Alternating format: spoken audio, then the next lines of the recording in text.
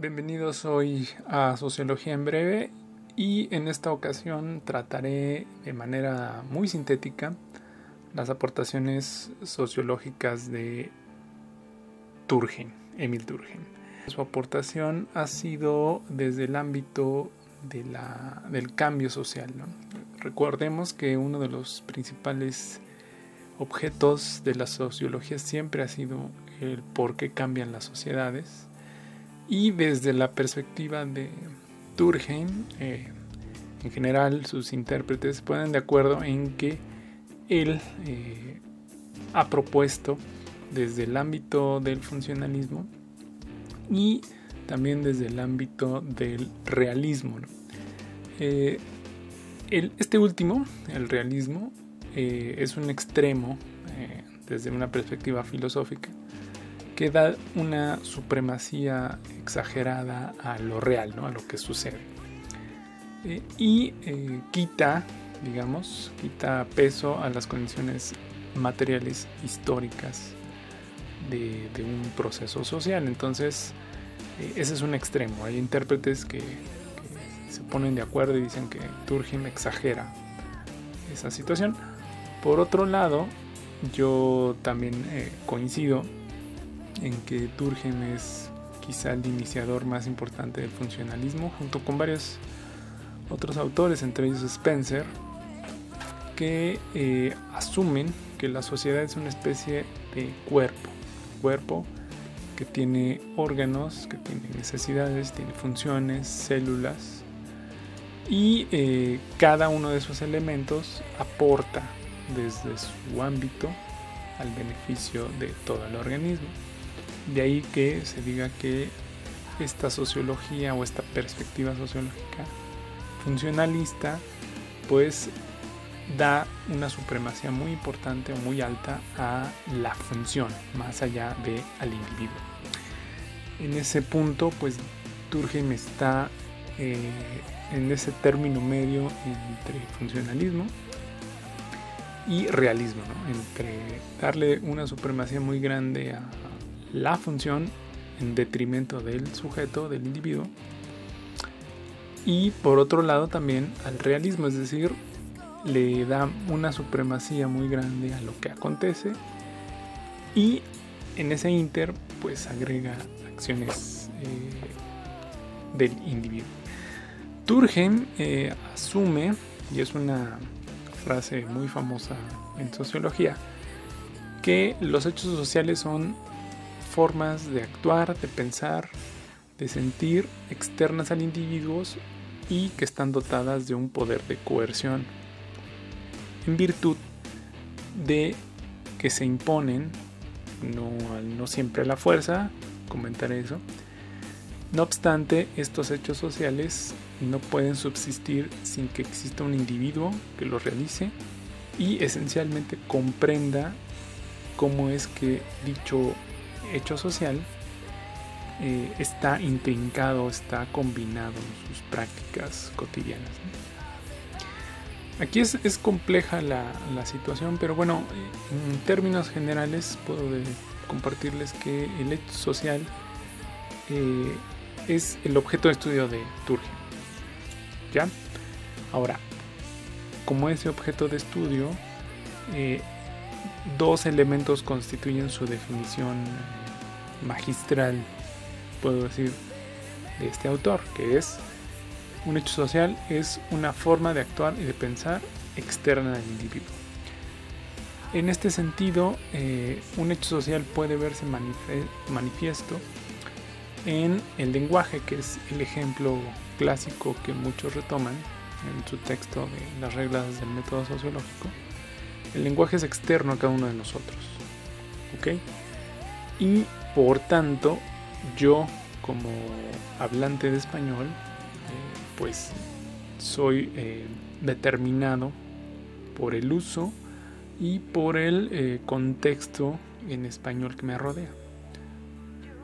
En ese sentido es externo y es una forma de ser y de pensar, de igual modo no definida por mí desde el principio, sino definida por el contexto. La otra parte que varios autores discuten es por qué dichos hechos sociales son coercitivos, es decir, ejercen y esencialmente obligan a la persona, al ser humano, a seguirlos. Dicen los intérpretes, que dejo en el cuadro de la descripción, que esencialmente lo que combina de manera muy inigualable la propuesta de Durkheim, combina cómo las acciones colectivas están determinando también las acciones a nivel personal. No obstante, de abajo hacia arriba, las personas también incluyen acciones que determinan el funcionamiento de una sociedad. Ahora, uno de los puntos más esenciales, dejando claro este tema del hecho social, es que ese hecho social requiere no solo de personas, de individuos, sino también requiere de la interacción entre ellos. En otras palabras, un hecho social no existe sin individuos, al mismo tiempo que los individuos pueden generar y, en casos que así se pueden ir analizando sociológicamente, pueden deshacer hechos sociales. Ejemplo, y lo pongo aquí a la discusión, el consumo de tabaco. En alguna etapa de la historia humana, en algún país, el consumo de tabaco pues se convirtió en un hecho social que los adultos, hombres y mujeres, lo consumieran. No obstante, como sabemos, actualmente el consumo de tabaco pues no es que esté censurado, pero sí está resguardado o ha sido colocado o prohibido en algunos puntos. No obstante, las personas pues continúan su consumo de tabaco y han existido variaciones de esto, ¿no? Desde no solo el tipo de tabaco que se consume, sino también el tipo de transformación tecnológica que ha existido al respecto, como el vapor, ¿no? O el vapear, dicen en México. Por tanto, este hecho social se ha transformado, fue coercitivo en algún momento para alguien o para una sociedad en una etapa histórica, y actualmente pues bueno, tienen distintas manifestaciones. En síntesis, los hechos sociales son efectivamente acciones colectivas, pero también incluyen o están compuestas por acciones esencialmente colectivas que no pueden dejar de existir sin las acciones individuales. Por otro lado, la propuesta de Durkheim de tratar los hechos sociales como cosa es también otra de las aportaciones más famosas de este autor.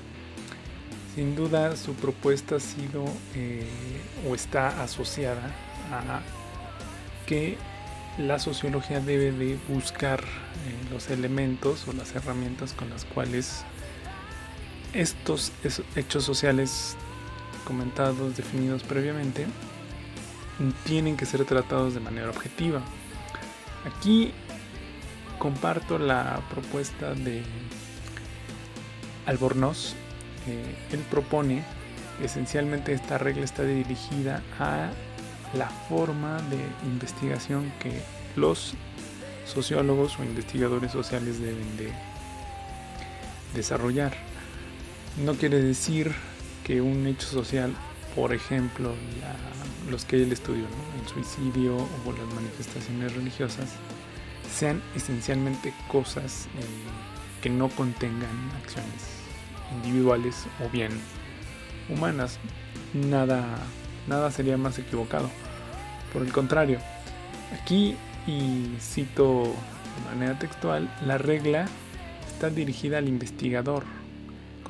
Considerar los hechos sociales como cosas implica que el investigador abandone sus ideas y realice una investigación de de manera seria, además de que busque en la medida de lo posible una objetividad de aproximación a tales hechos sociales. Quizá uno de las herramientas que ha vuelto y por la que muchas personas citan y recurren a Durkheim es, además de esta regla de tratar los hechos sociales como cosas, las herramientas que Durkheim recurrió o retomó para realizar esta tarea, que fue la estadística. Sin duda, la estadística o cualquier herramienta estadística que nosotros retomemos nos está llevando a que tal observación social la convirtamos en un objeto medible con magnitudes y que el investigador procure abandonar sus prenociones o bien prejuicios sobre dicho análisis. De manera personal, coincido mucho con el uso de la estadística, sin duda es una herramienta inigualable. Sin embargo, la definición previa del objeto, cómo observarlo y cómo medirlo, cómo definir las variables, también es quizá uno de los elementos más importantes de toda ciencia social. Por tanto, puedo decirles que la sociología debe de utilizar ambas herramientas, desde lo estadístico, pero también definir de manera excepcional y lo más preciso posible las cualidades de las variables que va a medir. De otra manera, esta situación de tratar el hecho social como cosa se puede convertir en un uso inadecuado, no solo de la estadística, sino también de los conceptos sociológicos. Finalmente, para ser conciso en esta exposición, termino sobre una de las aportaciones que también es famosa Durkheim, que es la que dice que los hechos sociales explican o pueden ser explicados por otros hechos sociales. Aquí Durkheim